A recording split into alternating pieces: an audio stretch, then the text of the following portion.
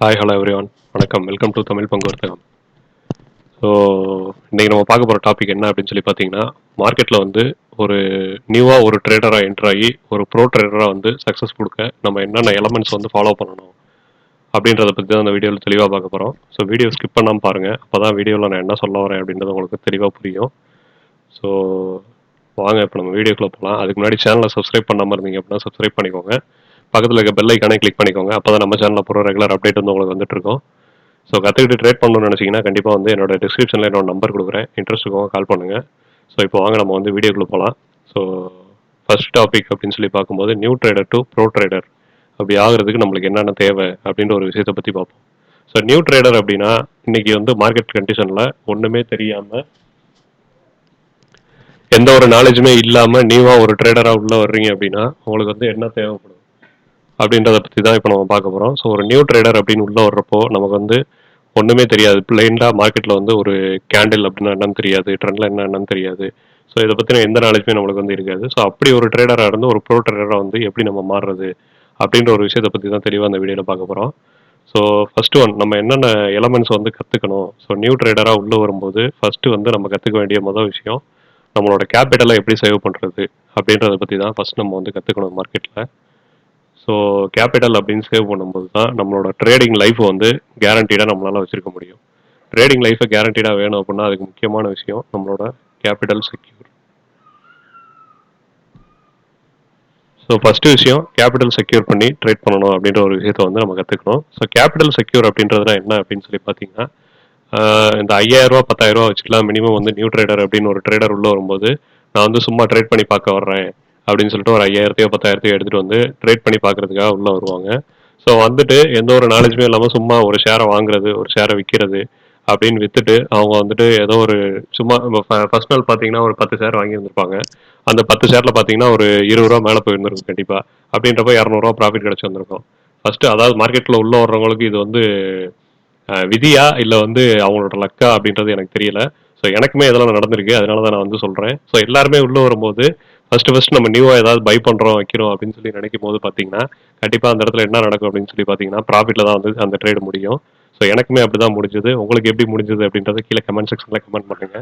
So அப்படி முடியிறப்போ இங்கே என்ன நடக்கும் அப்படின்னு சொல்லி பார்த்தீங்கன்னா நமக்கு வந்து ஒரு கான்ஃபிடன்ஸ் வந்துடும். ஓகே, நமக்கு வந்து ட்ரேட் பண்ண தெரியுது, நம்ம வந்து ஃபர்தராக வந்து சின்ன குவான்டிட்டியில் எதுக்கு வாங்கிட்டு 20 குவான்டிட்டி வாங்கினா 20 ரூபா ஏறினா 40 ரூபா கிடைக்கும் நம்மளுக்கு, இல்லை ஒரு 400 ரூபா கிடைக்கும், இல்லை ஒரு 300 ரூபா 200 ரூபா கிடைக்கும், அதில் ப்ரோக்கரேஜ் போக இவ்வளோ தான் கிடைக்கும் அப்படின்னு சொல்லி நினச்சிட்டு நம்ம வந்து என்ன பண்ணுவோம், அடுத்தடுத்து வந்து பெரிய குவான்டிட்டி வாங்க ஆரம்பிப்போம் அப்படின்னு சொல்லி அங்கே ஸ்டார்ட் பண்ணுறது தான் எங்கேயோ கொண்டு போய் நம்மளுக்கு நிப்பாடிடும் கடைசியில். ஸோ அதனால வந்து ஃபஸ்ட்டு நம்ம கேபிட்டலை வந்து செக்யூர் பண்ணிக்கணும். கேபிட்டலை செக்யூர் பண்ணுறது அப்படின்னா என்ன ஃபஸ்ட்டு அப்படின்றத பற்றி பார்ப்போம் தெளிவாக. இப்போ நீங்கள் எக்ஸாம்பிள் பார்த்தீங்கன்னா கேபிட்டல் செக்யூர் பண்ணுறது அப்படின்னா இப்போ மார்க்கெட்டுக்குள்ளே உள்ளே வர்றீங்க அப்படின்றப்போ ஒரு 1 லேக் எடுத்துகிட்டு உள்ளே வர்றீங்கன்னு வச்சுக்கோங்க. ஸோ மார்க்கெட்டில் உள்ளே வர்றப்போ ஒரு 1 லேக் எடுத்துகிட்டு உள்ளே வர்றீங்க. 1 லேக் எடுத்துகிட்டு உள்ளே வரும்போது நீங்கள் வந்து இப்போ ஒரு ட்ரேட் எடுக்கிறீங்க, இன்ட்ராடேயில் ஒரு ட்ரேட் எடுக்கிறீங்க அப்படின்னா இப்போ நியூ ட்ரேடர் அப்படின்றப்போ அவங்களுக்கு இதுக்கான நாலேஜ் இப்போ நான் சொல்லி கொடுக்குற நாலேஜ் இருக்கா இல்லையா அப்படின்றதுலாம் எனக்கு தெரியல. ஸோ நான் சொல்கிற எக்ஸாம்பிள் பாருங்கள். 1 லேக் எடுத்துகிட்டு உள்ளே வரும்போது அவங்க எப்படி வந்து ரியாக்ட் பண்ணுறாங்க அப்படின்றத பார்த்தோம் அப்படின்னா இந்த 1 லேக்கில் வந்து மினிமம் வந்து ஒரு ட்ரேட் எடுக்கிறோம், அதாவது ஒரு ப்ரோ ட்ரேடர் ட்ரேட் எடுக்கிறதுக்கும் ஒரு நியூ ட்ரேடர் ட்ரேட் எடுக்கிறதுக்கும் வித்தியாசம் இருக்குது. ஸோ 1 லேக் ஃபஸ்ட்டு வரும்போது நம்ம வந்து குவான்டிட்டி அதிகமாக வாங்குவோம் அப்படின்ற ஒரு மைண்ட் செட்டோட தான் ஃபஸ்ட்டு வருவாங்க. ஸோ அப்படி பண்ணுறப்ப அவங்களோட மைண்ட் செட் எப்படி இருக்கும் அப்படின்னு சொல்லி பார்த்தீங்கன்னா 10 ஷேர் பை பண்ணியிருந்திருப்பாங்க. ஸோ ஃபஸ்ட்டு ட்ரேட் வந்து ப்ராஃபிட்டில் முடிஞ்சதுனால அந்த இடத்துல 20 ரூபா மேலே போயிருக்கும், ஒரு 200 ரூபா ப்ராஃபிட் கிடச்சிருக்கும் உங்களுக்கு. ஸோ அடுத்த ட்ரேடில் வந்து கான்ஃபிடன்ஸ் வந்துடும். அப்படின்றப்ப நம்ம ஏன் 10 ஷேர் வாங்கணும், மினிமம் ஒரு 1 லேக்ல வந்து ஒரு 70,000 இல்லை 80,000 வாங்கிக்குவோம், மீதி 20,000 வந்து அக்கௌண்ட்டில் வச்சுக்குவோம் அப்படின்னு சொல்லிட்டு 80,000 வாங்கி ஸோ அந்த ட்ரேட் வந்து லாஸ்ட்டில் முடியும் போது அவங்க ஃபஸ்ட்டு பண்ண அந்த 20 பாயிண்டோட 40 பாயிண்ட் வந்து ஸ்டாப் லாஸ் இருப்பாங்க. ஸோ ஓவரால் பார்த்தீங்கன்னா அன்றைக்கி அவங்களுக்கு லாஸ் அப்படின்னு பார்க்கும்போது மினிமம் ஒரு 2,000 3,000 4,000 வரைக்கும் லாஸில் இருந்திருக்கும். 200 ப்ராஃபிட் சம்பாரிச்சு 4,000 வந்து லாஸில் விட்டுட்டு போயிருப்பாங்க. இதுதான் வந்து நியூ ட்ரேடர் பண்ணுற ஃபஸ்ட்டு தப்பு. ஸோ அப்படின்றப்ப கேபிட்டல் செக்யூர் பண்ணுறது அப்படின்னா என்ன அப்படின்னு சொல்லி பார்த்தீங்கன்னா இப்போ 1 லேக் கேபிட்டல் இருக்குது அப்படின்னா அவங்களோட ரிஸ்க் மேனேஜ்மெண்ட் அந்த இடத்துல எப்படி இருக்கணும் அப்படின்னு சொல்லி பார்த்தீங்கன்னா ஒரு ட்ரேடுக்கு நீங்கள் இன்வெஸ்ட் பண்ணுற அமௌண்ட்டு மினிமம் ஒரு 10,000 20,000 இல்லை ஒரு 30,000 தான், அட்லீஸ்ட் ஒரு 30% வரைக்கும் தான் நீங்கள் வந்து அந்த ட்ரேடில் வந்து இன்வெஸ்டே பண்ணணும் ஃபஸ்ட்டு. அப்படி பண்ணும்போது தான் உங்களுக்கு மீதி இருக்க கேபிட்டல் அமௌண்ட் செக்யூராக இருக்கும். ஸோ 30% அப்படின்றப்போ இதில் வந்து ஒரு 30,000 அப்படின்றதெல்லாம் நீங்கள் வந்து இன்வெஸ்ட் பண்ணியிருப்பீங்க. மீதி வந்து 70,000 அப்படின்றது வந்து உங்களுக்கு ரிமைனிங் வந்து அக்கௌண்ட்ல இருக்கும். ஸோ அந்த 70,000 வந்து இந்த ட்ரேடு லாஸ் ஆச்சு அப்படின்னா அடுத்த ட்ரேட்ல வந்து நம்ம வந்து எடுத்துக்கலாம். ஃபர்ஸ்ட் இந்த 30% உள்ள விடுறப்போ அவங்க பண்ற அடுத்த தப்பு என்னன்னு பார்த்தீங்கன்னா, ஸ்டாப் லாஸ் எங்க வைக்கணும், டார்கெட் எங்க வைக்கணும் அப்படின்றது அவங்களுக்கு தெரியாது. சும்மா ஒரு 30,000 போடுவோம், 30,000 போட்டு ஒரு 2,000 இல்லை 1,000 கிடைச்சா போதும் அப்படின்ற மைண்ட் செட்டோட தான் ஃபர்ஸ்ட் உள்ள வந்து இருந்திருப்பாங்க. ஸோ அந்த மைண்ட் செட்டோட உள்ள வரும்போது என்ன நடக்கும் அப்படின்னு சொல்லி பார்த்தீங்கன்னா, 1,000 2,000 ஃபர்ஸ்ட் ட்ரேட்ல கிடைச்சிரும். அவங்க எடுத்துட்டு வெளியே போயிடுவாங்க. ஸோ அதுக்கு அடுத்த ட்ரேட்ல ஸ்டாப் லாஸ் தெரியாது. அவங்க எடுத்த ட்ரேடு வந்து ட்ரெண்டுக்கு அகைன்ஸ்டா போகும்போது 30% அப்படின்ற ஒரு உள்ள இன்வெஸ்ட் பண்ண அமௌண்ட்ல 10% டு 15% உள்ள விட்டுட்டு மீதி 15% தான் வீட்டுக்கு எடுத்துட்டு போவாங்க. ஸோ இந்த மாதிரி நடக்கும்போது அவங்களுக்கு ஆட்டோமேட்டிக்கா மைண்ட் செட் எப்படி வந்துடும், ட்ரேடிங்னா இவ்வளவுதான், நம்ம வந்து சம்பாதிக்க முடியாது, லாஸ் பண்ணிடுவோம் அப்படின்ற ஒரு மைண்ட் செட்ல அவங்க வந்து ட்ரேடிங்கை நான் குவிட் பண்ணிடுறேன். மற்றவங்க யாரு கேட்டாலும் இதே ஆன்சர் தான் அவங்க வாயில இருந்து வரும். ட்ரேடிங்கா அதெல்லாம் வேணாம், செட் ஆகாது, ஸோ இது வந்து நீங்க பண்ண வேணாம், விட்டுருங்க, நான் வந்து பண்ண லாஸ் ஆயிடுச்சு அப்படின்ற மைண்ட் செட் தான் ஃபர்ஸ்ட் அவங்களுக்கு வரும். ஸோ மற்றவங்க கேட்கும்போது அவங்க என்ன சொல்லுவாங்க அப்படின்னு சொல்லி பார்த்தீங்கன்னா, ட்ரேடிங் வந்து ஒரு செட் ஆகாது, நான் வந்து பண்ணேன் லாஸ் ஆயிடுச்சு அப்படின்னு சொல்லி சிம்பிளாக முடிச்சுட்டு போயிடுவாங்க. ட்ரேடிங் பண்ணாதீங்க, ட்ரேடிங்ல வந்து சம்பாதிக்கவே முடியாது அப்படின்ற மாதிரி சொல்லிட்டு போயிடுவாங்க. ஸோ இதுதான் வந்து ரிஸ்க் மேனேஜ்மெண்ட்டுக்கு ஒரு நியூ ட்ரேடர் வந்து எடுக்கிற ஒரு விஷயம். ரிஸ்க் மேனேஜ்மெண்ட் அப்படின்ற நாலேஜ் வந்து அவங்களுக்கு இவ்வளோதான் இருக்கும். ஸோ இப்போ நம்ம என்ன சொல்ல வரோம் அப்படின்னு சொல்லி பார்த்தீங்கன்னா, ஒரு ட்ரேட் எடுக்கும்போது ரிஸ்க் மேனேஜ்மெண்ட் அப்படின்றது எப்படி இருக்கணும் அப்படின்னு சொல்லி பார்த்தீங்கன்னா, மினிமம் வந்து ஒரு டெய்லி, அதாவது இன்ட்ராடே ட்ரேடராக இருக்கீங்க அப்படின்னா உங்களோட ட்ரேட்ல நீங்க எவ்வளவு இன்வெஸ்ட்மெண்ட் பண்ணிருக்கீங்களோ அதுல 5% மட்டும் தான் நீங்க வந்து டெய்லி ரிஸ்க் எடுக்க முடியும்.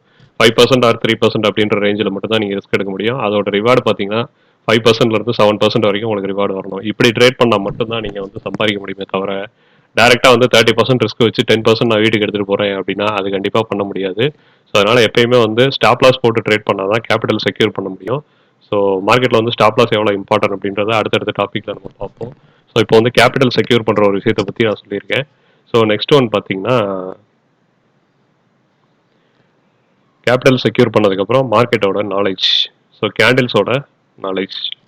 கேண்டில்ஸ் அப்படின்னு பார்க்கும்போது மார்க்கெட்டில் ரொம்ப இம்பார்ட்டண்டான ஒரு விஷயம் அப்படின்னு சொல்லி பார்த்தீங்கன்னா கேண்டில் தான் நம்ம வந்து ஃபஸ்ட்டு படிக்க வேண்டியது. ஸோ அந்த கேண்டிலை பற்றி தெரிஞ்சாதான் அடுத்த மூமெண்ட்டுக்கு நம்ம வந்து போக முடியும்.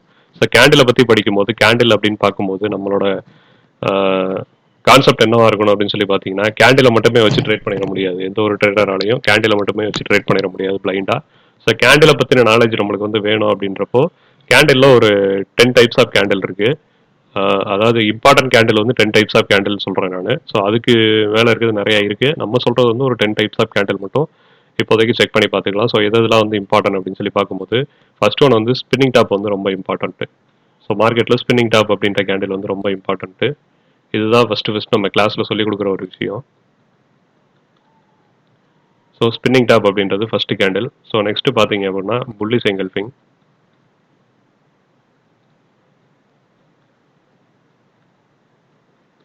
புல்லிஷ் எங்கல்ஃபிங் அப்படியே பார்த்தீங்கன்னா பியரிஷ் எங்கல்ஃபிங்.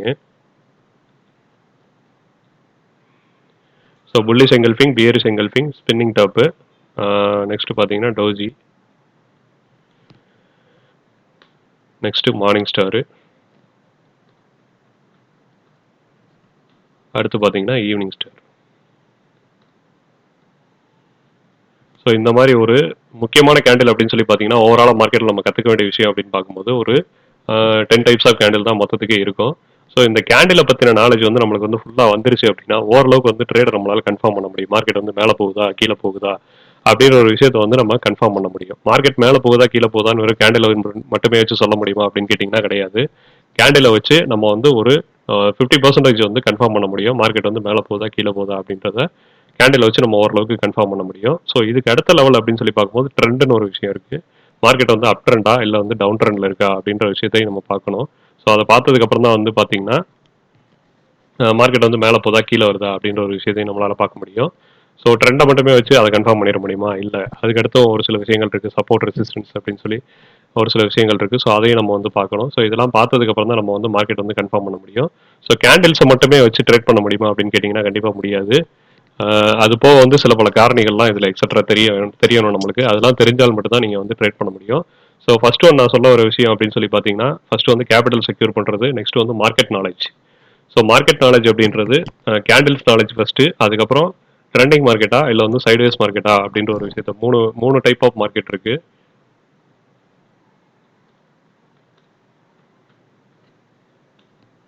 ஸோ ஒன்று வந்து ட்ரெண்டிங் மார்க்கெட்டு,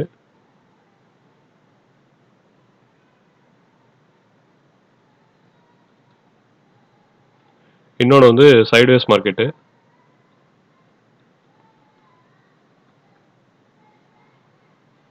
ஸோ இந்த 2 டைப் ஆஃப் மார்க்கெட் வந்து சாரி 3 டைப்ஸ் ஆஃப் மார்க்கெட்னு சொல்லணும்னா 2 டைப்ஸ் ஆஃப் மார்க்கெட் வந்து இருக்கு. ஸோ இந்த 2 டைப்ஸில் வந்து 3 டைப் ஆஃப்ல வந்து நம்ம வந்து மார்க்கெட் அனலைஸ் பண்ண முடியும். ஒன்று வந்து ட்ரெண்டிங் மார்க்கெட். இந்த ட்ரெண்டிங் மார்க்கெட்டில் ஒன்று அப் ட்ரெண்டு, நெக்ஸ்ட் வந்து டவுன் ட்ரெண்டு, அதுக்கு அடுத்து வந்து சைட்வேஸ் மார்க்கெட். ஸோ இந்த 3 டைப் ஆஃப் மார்க்கெட்டும் வந்து நம்மளுக்கு வந்து தெரியணும். ஸோ 2 டைப்ஸ் ஆஃப் மார்க்கெட்டில் ஒன்று வந்து ட்ரெண்டிங், இன்னொன்று சைட்வேஸ். ஸோ இந்த அப் ட்ரெண்ட் டவுன் ட்ரெண்ட் அப்படின்றது ட்ரெண்டிங் மார்க்கெட்டில் நடக்கும். சைட்வேஸ் மார்க்கெட்டில் மார்க்கெட் வந்து கரெக்ஷன் கன்சாலிடேஷன் ஃபேஸில் இருக்குது சைட்வேஸ் மார்க்கெட் அப்படின்னு சொல்லுவோம். ஸோ இந்த 3 விஷயங்கள் வந்து கண்டிப்பாக மார்க்கெட்டில் தெரிஞ்சிருக்கணும். ட்ரேட் எடுக்கிறதுக்கு முன்னாடி கண்டிப்பாக வந்து அந்த மார்க்கெட் வந்து அப் ட்ரெண்டா இல்லை டவுன் ட்ரெண்டா இல்லை வந்து ஒரு கரெக்ஷன் மார்க்கெட்டா அப்படின்றது தெரிஞ்சாதான் நம்ம அடுத்த மூவ்மெண்ட் என்ன பண்ணுறோம் அப்படின்ற ஒரு விஷயமே நம்மளுக்கு வந்து தெரிய வரும். ஸோ அதனால வந்து கண்டிப்பாக வந்து மார்க்கெட்டோட கண்டிஷன் என்ன அப்படின்றத கற்றுக்கிட்டு தான் நம்ம வந்து ட்ரேட் எடுக்கிறதுக்கான என்ட்ரியை வந்து நம்ம வந்து ப்ளேஸ் பண்ண முடியும்.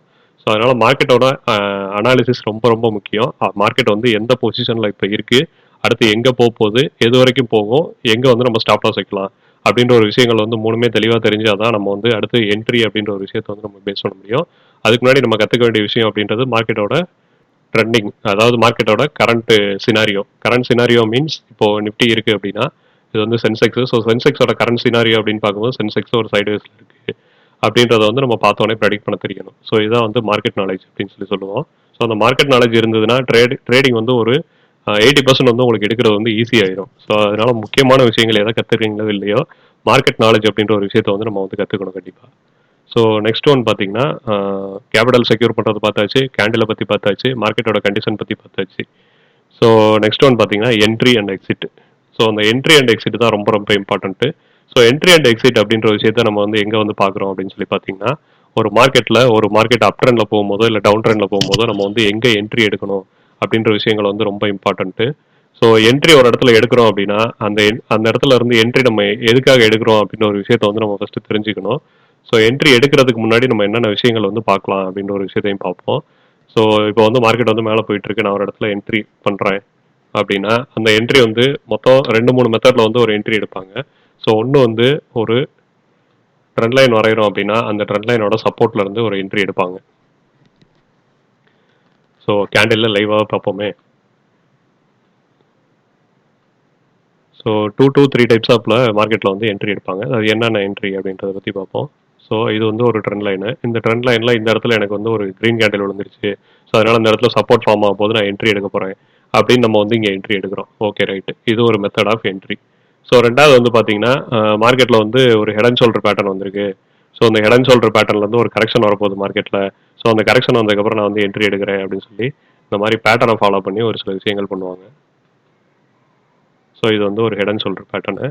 ஸோ இந்த பேட்டர்ன் வந்து பிரேக் அவுட் ஆனதுக்கப்புறம் கண்டிப்பாக வந்து மேலே ஒரு அப் ட்ரெண்ட் கொடுக்கறதுக்கான ஆப்பர்ச்சுனிட்டி இருக்கும் அப்படின்னு சொல்லி இந்த நெக்லைனை பிரேக் பண்ணதுக்கப்புறம் ஒரு என்ட்ரி ஒன்று எடுப்பாங்க. என்ன ரீசன் அப்படின்னா இந்த பேட்டர்ன் வந்து பிரேக் அவுட் ஆயிடுச்சு, நான் வந்து என்ட்ரி எடுக்கிறேன். ஸோ இந்த நெக்லைனுக்கான டார்கெட் வந்து எனக்கு மேலே கொடுக்கும் அப்படின்னு சொல்லிட்டு என்ட்ரி எடுப்பாங்க. ஸோ இது ஒரு type of entry. So next ஒன்று பார்த்தீங்கன்னா அதாவது ட்ரெண்ட் லைன் போட்டு அப் ட்ரெண்டில் இருக்குது அப்படின்னு சொல்லிட்டு ஒரு என்ட்ரி எடுப்பாங்க. ரெண்டாவது பேட்டர்னை பார்த்து எடுப்பாங்க. மூணாவது சப்போர்ட் அண்ட் ரெசிஸ்டன்ஸ் பார்த்து எடுப்பாங்க. ஸோ மார்க்கெட் வந்து இந்த லெவலில் வந்து விழுந்துருச்சு. ஸோ நேற்று கூட சொல்லியிருந்தோம் இதே லெவலில் மார்க்கெட் வந்து சப்போர்ட் எடுக்கிறதுக்கு வாய்ப்பு இருக்குது அப்படின்னு சொல்லிட்டு. ஸோ அதே மாதிரி பார்த்தீங்கன்னா இங்கே எடுத்த சப்போர்ட்டு, ஸோ அதே மாதிரி இங்கே ஒரு சப்போர்ட்டு, அதே பார்த்துருந்தீங்க அப்படின்னா இந்த இடத்துல ஒரு சப்போர்ட் எடுத்திருக்கு. ஸோ இதே லைனில் சப்போர்ட் எடுத்ததுனால இந்த இடத்துல நான் என்ட்ரி எடுக்கிறேன், ஸ்டாப் லாஸ் வந்து இது கீழே வச்சுக்கிறேன் அப்படின்னு சொல்லிட்டு இப்படி ஒரு டைப் ஆஃப் என்ட்ரி ஒன்று எடுப்பாங்க. ஸோ மூணாவது விஷயம் என்ன அப்படின்னு சொல்லி பார்த்தீங்கன்னா பிரேக் அவுட் ட்ரேடிங்கில் ஒரு என்ட்ரி எடுப்பாங்க. ஸோ பிரேக் அவுட் அப்படின்னு சொல்லி பார்க்கும்போது இப்போ நான் ஒரு ட்ரெண்ட் லைன் வரைகிறேன், ஒரு பேட்டர்னோ இல்லை ஒரு கரெக்ஷனோ நடந்திருக்கு அப்படின்னா மார்க்கெட்டில் அதுக்கு உண்டான டார்கெட் வந்து கீழே கொடுக்கணும் அப்படின்னு சொல்லிட்டு பிரேக் அவுட்டில் வந்து ஒரு என்ட்ரி எடுக்கிறாங்க. ஸோ இங்கே பார்த்தீங்கன்னா பிரேக் அவுட் ஆகி ரீடெஸ்ட் ஆகி கன்ஃபர்மேஷன் கொடுத்துருக்கு. இந்த இடத்துல என்ட்ரி எடுத்திருந்தா இவ்வளோ பெரிய ப்ராஃபிட் புக்கிங் நம்மளுக்கு கிடச்சிருந்திருக்கும், அதாவது இவ்வளோ பெரிய ட்ரெண்டிங் மார்க்கெட்டும் நம்மளுக்கு கிடச்சிருக்கும். இது வந்து பிரேக் அவுட் ட்ரேடிங் அப்படின்னு சொல்லுவாங்க. இதோட டார்கெட் அப்படின்னு சொல்லி பார்க்கும்போது இது எந்த அளவுக்கு டார்கெட் கொடுத்துருக்கோ, ஸோ இந்த டார்கெட் ஒரு லைனை தூக்கி அப்படியே இங்கே பிரேக் அவுட் ஆன ரேஞ்சில் வச்சோம் அப்படின்னா ஸோ இங்கேருந்து இதுதான் நெக்ஸ்ட் லெவல் டார்கெட்டாக இருக்கும் நம்மளுக்கு அப்படின்னு சொல்லி இதை பேஸ் பண்ணி வந்து ஒரு சிலர் என்ட்ரி எடுப்பாங்க. ஸோ இந்த என்ட்ரி அப்படின்றதெல்லாம் முக்கியம் கிடையாது. என்ட்ரி எல்லாருமே ஈஸியாக எடுத்துருவோம். இங்கே தான் பிரேக் அவுட் ஆயிருக்குப்பா, நான் வந்து என்ட்ரி எடுத்துடுறேன் அப்படின்னு சொல்லிட்டு. ஸோ இந்த என்ட்ரி எடுக்கிறதுல உங்கள் கேபிட்டல் எதுவுமே ஆக போகிறது கிடையாது. ஸோ 1 lakh கேபிட்டல் வச்சிருக்கீங்க அப்படின்னா என்ட்ரி ஈஸியாக எல்லாருமே எடுத்துருவோம். ஸோ அந்த என்ட்ரி எடுத்ததுக்கப்புறம் முக்கியமான ஒரு விஷயம் நம்ம வந்து ரிஸ்க் மேனேஜ்மெண்ட்டில் மணி மேனேஜ்மெண்ட் அப்படின்ற ஒரு விஷயத்தை பற்றி பார்த்துருந்தோம். ஸோ அந்த என்ட்ரி எடுக்கிறப்போ என்ட்ரி அண்ட் எக்ஸிட் அப்படின்னு சொல்லி நம்ம சொல்லியிருக்கோம். என்ட்ரி வந்து 1.5%, அதாவது என்ட்ரி வந்து ஒரு இடத்துல கொடுக்குறீங்க அப்படின்னா உங்களோட ட்ரேடுக்கான ப்ராஃபிட் வந்து 1.5% இருக்கணும். ஸ்டாப் லாஸ் வந்து 1% இருக்கணும். அப்படின்றப்போ இந்த இடத்துல பார்த்தீங்கன்னா இப்போ இந்த இடத்துல என்ட்ரி எடுத்திருக்கீங்க அப்படின்றப்போ இதுக்கு மேலே இருக்க ப்ரீவியஸ் ஹைக்கு மேலே தான் ஸ்டாப் லாஸ் வைப்பீங்க. ஸோ இது வந்து ஸ்டாப் லாஸ் அப்படின்னா இங்கே என்ட்ரி எடுத்திருக்கீங்க அப்படின்னு வச்சுக்குவோம். பிரேக் அவுட் ஆயிடுச்சு, நான் இந்த இடத்துல என்ட்ரி எடுத்துக்கிறேன் அப்படின்னு. ஸோ இந்த என்ட்ரிக்கும் இந்த ஸ்டாப் லாஸுக்குமான கான்செப்ட் எவ்வளோ அப்படின்னு சொல்லி பார்த்தீங்கன்னா 77,669 வந்து 78,371, கிட்டத்தட்ட இங்கிட்ட ஒரு 400 பாயிண்ட். ஸோ இங்கிட்ட ஒரு 300 பாயிண்ட், 700 பாயிண்ட் வந்து நீங்கள் ரிஸ்க் வச்சிருக்கீங்க அப்படின்னா கீழே உங்களோட டார்கெட்டு மினிமம் நீங்கள் வைக்கிற ஸ்டாப் லாஸுக்காவது நீங்கள் வந்து டார்கெட் வைக்கணும். அதாவது 700 பாயிண்ட் அப்படின்றது ஃபர்ஸ்ட் லெவல் டார்கெட்டாக நீங்கள் வந்து வச்சாகணும். அப்படி வச்சாதான் உங்கள் கேபிட்டல் வந்து 1:1 அப்படின்றதுல சேஃபாக இருக்கும். அதாவது நீங்கள் எடுத்த ரிஸ்க்குக்கான ரிவார்டு அந்த இடத்துல கிடைக்கும். ஜஸ்ட் உங்களோட ஸ்டாப் லாஸ்க்கான அமௌண்ட். ஸோ அப்படி ட்ரேட் பண்ணும்போது கேபிட்டல் வந்து நம்மளால செக்யூர் பண்ண முடியாது. எப்பயுமே ஒரு என்ட்ரி எடுக்கிறோம் அப்படின்னா அதை வந்து இப்போ வந்து 700 பாயிண்ட் ரிஸ்க் வச்சிருக்கோம் அப்படின்னா மினிமம் ஒரு 1000 பாயிண்டாவது உங்களுக்கு ப்ராஃபிட் கிடைக்கணும். ஸோ இந்த மாதிரி என்ட்ரி வைக்கும்போது எக்ஸிட் பண்ணும்போது தான் நீங்கள் வந்து ஒரு ட்ரேடில் ஒரு ட்ரேடோட ரிஸ்க்கை விட அதுலேருந்து எக்ஸ்ட்ரா வந்து ஒரு 50% வந்து உங்களால் வந்து ப்ராஃபிட் பண்ண முடியும். ஸோ அப்படி ப்ராஃபிட் பண்ணும்போது தான் உங்கள் கேபிட்டல் வந்து பூம் ஆகுமே தவிர 1:1 அப்படின்ற ட்ரேடில் வந்து நீங்கள் பண்ணீங்க அப்படின்னா கண்டிப்பாக கடைசி வரைக்கும் வந்து உங்களால் உங்களோட கேபிட்டலை செக்யூர் பண்ணி ட்ரேட் பண்ண முடியாது. ஒரு ட்ரேடில் 2 ட்ரேடு 3 ட்ரேடு அடி வாங்குச்சு அப்படின்னா உங்களோட ஒரு ட்ரேடில் வந்து 5 to 10% நீங்கள் ரிஸ்க் வைக்கிறீங்க அப்படின்னா 3 ட்ரேட் அடி வாங்குச்சுன்னா கிட்டத்தட்ட 30% கேபிட்டல் வந்து உங்களுக்கு அடி வாங்கிடும். ஸோ எல்லா ட்ரேடருமே பண்ணுற தப்பு அப்படின்றது இதுதான். ரெண்டாவது ஸ்டாப் லாஸ் வந்து இங்கே வச்சிருக்காங்க அப்படின்னா இன்னொரு விஷயம் நான் சொல்ல வர்றேன். ஸோ ஸ்டாப் லாஸ் இங்கே வச்சிருக்காங்க அப்படின்னா இந்த இடத்துல எக்ஸிட் பண்ண மாட்டாங்க. 90% பீப்புள் இந்த இடத்துல எக்ஸிட் பண்ண மாட்டாங்க. நான் வந்து நிறைய பேரை பார்த்ததுனால என்கிட்ட நிறைய பேர் பேசுனதுனால நான் அந்த விஷயத்த சொல்கிறேன். சார் நீங்கள் வந்து ஸ்டாப் லாஸ் போட சொல்கிறீங்க, நான் வந்து ஸ்டாப் லாஸ் போடுறேன், இல்லை ஸ்டாப் லாஸ் இதுதான் அப்படின்ற ஒரு மைண்ட் செட்டில் நான் வைக்கிறேன் அப்படின்னு சொல்லி சொல்லும்போது அவங்களோட கான்செப்ட் என்னவா இருக்கும் அப்படின்னா இந்த இடத்துல ஸ்டாப் லாஸ் வச்சிருக்கேன் அப்படின்னா இந்த இடத்துல மார்க்கெட் வந்துருச்சுன்னா எக்ஸிட் பண்ண மாட்டாங்க. ஏன் அப்படின்னா மறுபடியும் கீழே வரும், அடுத்த கேண்டில் கீழே வரும், கீழே வரும்னு சொல்லி இப்படியே போய் இங்கே வச்ச ஸ்டாப் லாஸ் இங்கே போயிடும் அவங்களுக்கு. அப்படின்றப்போ ஒரு ட்ரேட்ல எடுக்க வேண்டிய ப்ராஃபிட், அதாவது ஒரு ட்ரேட்ல வச்சிருக்க ஸ்டாப் லாஸை அவங்க 2 ட்ரேட்ல எடுக்க வேண்டிய இல்லை 3 ட்ரேட்ல எடுக்க வேண்டிய ப்ராஃபிட்டை ஒரே ஸ்டாப் லாஸ்ல கொடுத்துட்டு மார்க்கெட் முடிஞ்சு போச்சு, அவ்வளோதான் என்னோட கேபிட்டல் நான் தொலைச்சிட்டேன், இனிமேல் ட்ரேட் பண்ண முடியாது அப்படின்ட்டு வெளியில போயிடுவாங்க. ஸோ அப்படின்றப்ப நம்மளுக்கு முக்கியமான ஒரு விஷயம் எந்த அளவுக்கு கேபிட்டல் செக்யூர் பண்ணணும் அப்படின்னு சொல்லி சொன்னோமோ அதே மாதிரி நம்மளோட ஸ்டாப் லாஸையும் நம்ம வந்து செக்யூர் பண்ணி மெயின்டைன் பண்ணி கொண்டு வந்து எமோஷனல் மட்டும் மார்க்கெட்டில் வந்து ஆகக்கூடாது. எப்பயுமே எமோஷனல் ஆனோம் அப்படின்னா நம்மளை வந்து மேனிப்புலேட் பண்ணிடுவாங்க. ஸோ எமோஷனல் அப்படின்றது மார்க்கெட்டில் ரொம்ப ரொம்ப இம்பார்ட்டண்டான ஒரு விஷயம். நம்மளோட ஸ்டாப் லாஸ் இதுதான் அப்படின்னா அதை அடிச்சிச்சுன்னா அக்செப்ட் பண்ணிட்டு வெளியே வர கற்றுக்கணும். அதுதான் வந்து மார்க்கெட்டில் ஃபர்ஸ்ட் நம்ம கற்றுக்க வேண்டிய ஒரு ரூலு. ஸோ இந்த ரூலை மட்டும் ஃபாலோ பண்ணிட்டீங்க அப்படின்னா நீங்கள் ப்ரோ ட்ரேடர் ஆயிட்டீங்க அப்படின்றத எழுதி வச்சுக்கோங்க நோட்டில்.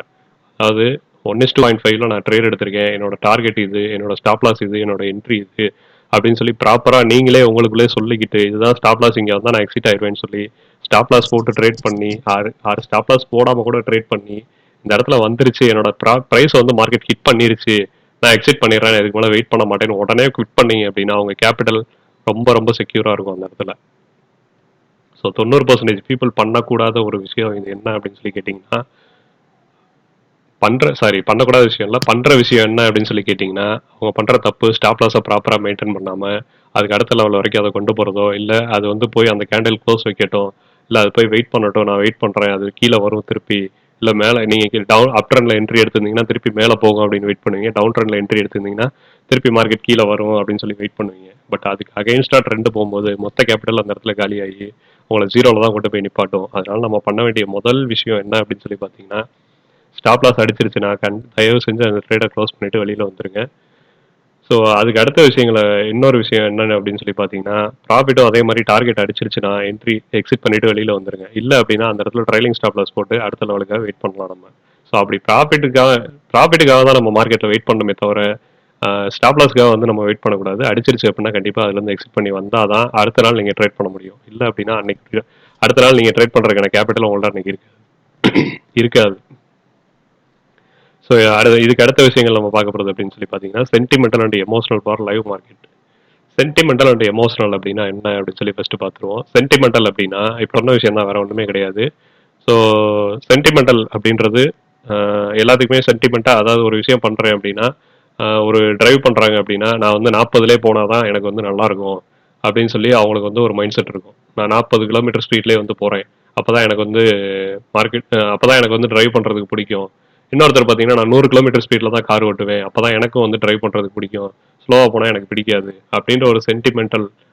அதே மாதிரி ஏதோ எந்த ஒரு நல்ல காரியம் பண்றதுனாலும் கோயிலுக்கு போயிட்டு நான் வந்து பண்றேன் அப்படின்ற ஒரு சென்டிமெண்ட் வச்சிருப்பாங்க. ஸோ இந்த மாதிரி அதே மாதிரி புது காரோ இல்லை புது வண்டி எடுத்தா எலுமிச்சம்பழம் வச்சு ஏற்றுவாங்க. ஸோ இதெல்லாம் வந்து ஒரு சென்டிமெண்டல் அப்படின்னு சொல்லி நம்ம சொல்லுவோம். ஸோ அந்த மாதிரி மார்க்கெட்டுக்கும் ஒரு சில சென்டிமெண்டல் கண்டிஷன்ஸ் ஒரு சில பேருக்கு இருக்கு. அந்த சென்டிமெண்டல் கண்டிஷன்ஸ் அப்படின்னா என்ன அப்படின்னு சொல்லி பார்ப்போம்.